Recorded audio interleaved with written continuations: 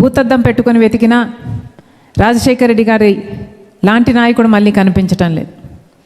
రాజశేఖర రెడ్డి గారి వారసులమని చెప్పుకుంటున్న వాళ్ళు కేవలం ఒక పాదయాత్ర చేసేసి అధికారంలోకి వచ్చేసి గొప్ప గొప్ప మేడలు మిద్దెలు కట్టుకొని ప్యాలెస్లో బ్రతుకుతూ ఒక బటన్ నొక్కితే చాలు మేము ముఖ్యమంత్రి అయిపోతాము మళ్ళీ అని విశ్వసించే వాళ్ళు రాజశేఖర రెడ్డి గారి వారసుడు కాలేరు.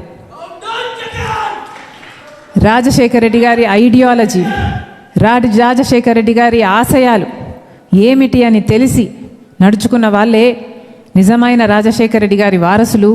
కాంగ్రెస్ పార్టీ నాయకులు, కార్యకర్తలు మీ అందరూ కాంగ్రెస్ పార్టీని బలపరచడము అంటే దానికి అర్థం రాజశేఖర రెడ్డి గారి ఆశయాలను మళ్ళీ నిలబెట్టడం.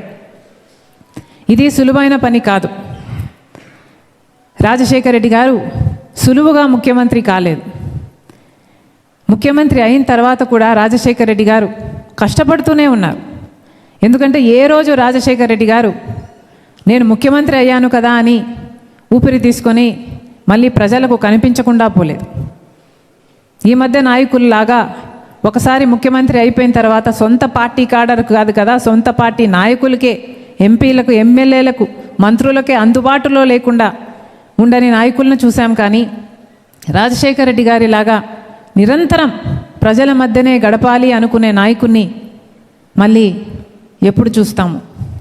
రాజశేఖర రెడ్డి గారు రచ్చబండకని బయలుదేరారు. ఒక్కసారి ఆలోచన చేయండి. ముఖ్యమంత్రి అయ్యారు, రెండోసారి ముఖ్యమంత్రి అయిన తర్వాత రచ్చబండ ఆలోచన చేశాడు రాజశేఖర రెడ్డి గారు.